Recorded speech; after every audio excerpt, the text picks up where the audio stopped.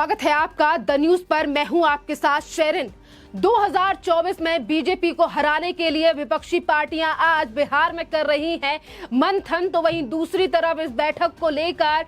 शरद पवार के भतीजे और एनसीपी के बड़े नेता अजीत पवार का बयान सामने आया है। और अजीत पवार ने कहा है कि शरद पवार केजरीवाल, ममता बनर्जी और नीतीश कुमार से बड़े नेता हैं और आखिरकार एनसीपी जो है वो जीतने के लिए अकेली काफी है, पर पता नहीं वो क्यों काम नहीं कर रही है। आपके लिए बता दें कि शरद पवार के भतीजे अजीत पवार का ये बयान इस दौर पे काफी ज्यादा मायने रखता है, क्योंकि शरद पवार इस समय पर बिहार पहुंचे हुए हैं विपक्ष को एकजुट करने की बैठक में, और वहीं दूसरी तरफ उन्हीं की पार्टी के नेता की तरफ से ये बयान देना अब ऐसा लग रहा है कि जिस विपक्ष को एकजुट करना चाहते हैं नीतीश कुमार और शरद पवार, अब ये विपक्ष जो है वो ज्यादा दिनों तक एकजुट नहीं रह सकता, क्योंकि पार्टी के नेताओं की तरफ से लगातार ये बयान सामने आ रहे हैं कि हमारी पार्टी के नेता ज्यादा बड़े हैं या हमारी पार्टी के नेता ज्यादा बड़े। क्योंकि आज अगर शरद पवार के भतीजे अजीत पवार ये बात कह रहे हैं कि शरद पवार सबसे बड़े नेता हैं, तो इससे पहले कई बार संजय सिंह भी कह चुके हैं कि अरविंद केजरीवाल ही 2024 में दे सकते हैं मोदी को टक्कर। अब देखना अहम रहेगा कि जो विपक्ष बीजेपी को हराने के लिए 2024 की तैयारियां करने में लग चुका है, बैठकें हो रही हैं, ये कब तक जो विपक्ष है ये एकजुट होकर चल पाएगा। आपके लिए बता दें कि जहां एक तरफ अजीत पवार की तरफ से ये बड़ा बयान दिया गया है, तो वहीं दूसरी तरफ महाराष्ट्र सरकार के डिप्टी सीएम देवेंद्र फडणवीस ने भी इस विपक्षी एकता की बैठक को लेकर बड़ा बयान दिया है। और इसी के साथ देवेंद्र फडणवीस ने कहा है कि इन्होंने तो नाम दिया है कि मोदी हटाओ, लेकिन ये गठबंधन जो है ये परिवार बचाओ का है। सारी परिवारवादी पार्टियां अपने परिवार को बचाने के लिए गठबंधन कर रही हैं। ऐसा ही प्रयास 2019 में भी हुआ था, पर कोई फायदा नहीं हुआ है। ये बड़ी बात कही गई है और हमला बोला गया है विपक्ष की इस एकता बैठक पर महाराष्ट्र के उप मुख्यमंत्री देवेंद्र फडणवीस की तरफ से। आपके लिए बता दें कि आज इस पूरे मामले को लेकर अलग अलग प्रतिक्रियाएं जो हैं वो देश के कोने से आ रही हैं और केंद्रीय मंत्री जो हैं वो जमकर बरस रहे हैं विपक्षी एकता की इस बैठक पर। क्योंकि आपके लिए बता दें कि एक तरफ अभी देश के गृह मंत्री अमित शाह जम्मू कश्मीर के 2 दिवसीय दौरे पर हैं और उन्होंने भी विपक्ष की इस एकता बैठक को लेकर जम्मू कश्मीर से निशाना साधा और कहा कि कुछ नहीं, बस बिहार में इस समय पर फोटो सेशन चल रहा है और ये पार्टियां पहले भी कोशिश कर चुकी हैं और 2024 में फिर एक बार बीजेपी जो है 300 प्लस सीटें लेकर आएगी और जनता जो है वो फिर एक बार पीएम नरेंद्र मोदी को चुनकर लेकर आएगी। जी हाँ, ये बड़ा बयान जो है वो केंद्रीय मंत्री अमित शाह ने जम्मू कश्मीर के दौरे पर दिया है। इतना ही नहीं, जम्मू कश्मीर को लेकर भी बात करेंगे और गृह मंत्री अमित शाह ने जिन भी बातों को लेकर जिक्र किया है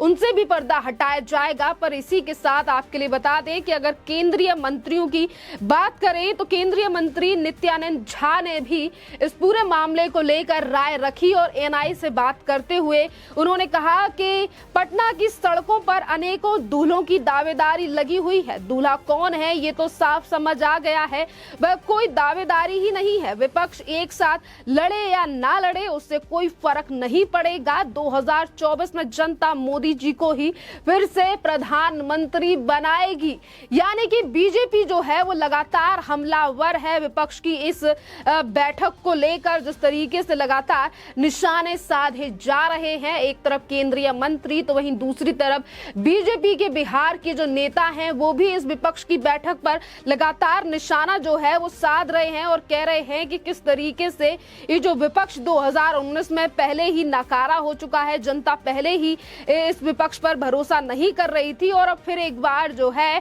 वो किस तरीके से ये तमाम विपक्षी पार्टियां जो हैं वो एकजुट होकर पीएम नरेंद्र मोदी, जिनका डंका विश्व भर में बज रहा है, उन्हें 2024 में हराना चाहती है। इस पूरे मामले को लेकर यानी कि विपक्ष की एकता बैठक को लेकर भी देश के गृह मंत्री अमित शाह ने निशाना साधा और उन्होंने कहा कि विपक्ष में जो बैठक चल रही है उसको लेकर और नीतीश कुमार के ऊपर निशाना निशाना साधते हुए अमित शाह ने कहा कि जो पुल नहीं बना पाते वो डेमोक्रेटिक पुल क्या बनाएंगे। इसी के साथ अमित शाह ने कहा कि 2024 के लोकसभा चुनाव में विपक्ष फिर एक बार बुरी तरीके से हारेगा। अमित शाह ने कहा कि ये विपक्ष चुनाव आते ही एक होने लगता है, जिसके बाद पता नहीं चलता कि इसका क्या हुआ। यानी कि जो चीजें अभी से, यानी कि एक तरफ विपक्ष में फूट जो है वो अभी से नजर आने लगी है। शरद पवार का कहना है कि विपक्ष के साथ मिलकर चलेंगे और उसी एनसीपी के नेता ये कह रहे हैं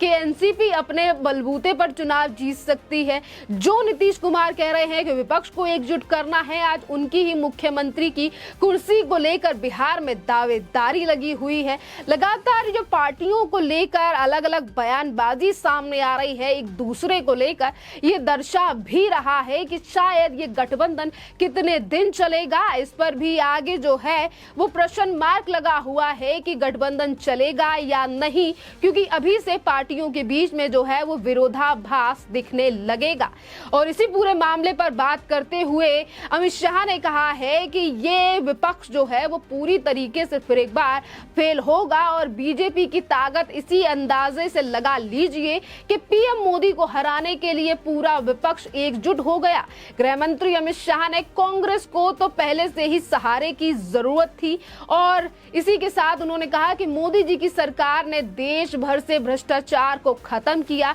हमारी सरकार ने सालों से चल रही धारा 370 को हटाने का काम किया। विपक्ष पर निशाना साधा गया है ये धारा 370 को लेकर, क्योंकि आज जितनी भी पार्टियां बिहार में एकता की बैठक कर रही हैं, ये तमाम वही राजनीतिक पार्टियां हैं जिन्होंने धारा 370 को लेकर जो है वो सवाल उठाए थे, जिसमें कांग्रेस से लेकर महबूबा मुफ्ती और तमाम वो नेता हैं जिन्होंने ये तक कहा था धारा 370 हटाकर जो है वो केंद्र सरकार ने सही नहीं किया है। और राहुल गांधी तो जम्मू कश्मीर तक पहुंच गए थे और उन्होंने ये तक कहा था कि जम्मू कश्मीर में हालात जो हैं वो काफी ज्यादा खराब है। पर इसी के बाद उन्हीं तमाम चीजों का उदाहरण लेते हुए आज गृह मंत्री अमित शाह हर एक मुद्दे को लेकर हमलावर हैं विपक्ष के ऊपर, चाहे फिर वो मामला धारा 370 का हो या फिर हाल फिलहाल में ही नीतीश कुमार का ड्रीम प्रोजेक्ट कहे जाने वाला वो पुल जो कि 1700 करोड़ रुपए की लागत से बना था और अभी कुछ दिन पहले गंगा नदी में समा गया, जिसको लेकर हाई कोर्ट की तरफ से भी अब नीतीश कुमार सरकार की लगातार मुश्किलें खड़ी हो रही हैं, क्योंकि नोटिस भेज दिया गया है। जो पार्टियां अपने ही भ्रष्टाचार में जो है वो फंसी हुई हैं, वो कैसे 2024 में जनता के बीच में अपना विश्वास पहुंचा पाएंगी, ये बहुत बड़ा सवाल है। और शायद इन्हीं चीजों का आज फायदा लिया जा रहा है भारतीय जनता पार्टी की तरफ से और इसीलिए विपक्ष के भ्रष्टाचारों को उजागर कर कर आज उन्हीं पर साधा जा रहा है निशाना, चाहे फिर वो बात पुल की हो या फिर कांग्रेस को लेकर अमित शाह ने जो बड़ी बात कही है और उन्होंने कहा है कि कांग्रेस को तो पहले से ही सहारे की जरूरत थी। यानी कि कांग्रेस जिस तरीके से एक के बाद एक राज्य से विलुप्त होती हुई नजर आ रही है और जिन राज्यों में भी कांग्रेस की सरकारें हैं वहां पर भी फ्री की गारंटी को लेकर आज कांग्रेस के ऊपर लगातार जो है वो कई सवाल उठ रहे हैं, क्योंकि जहां पर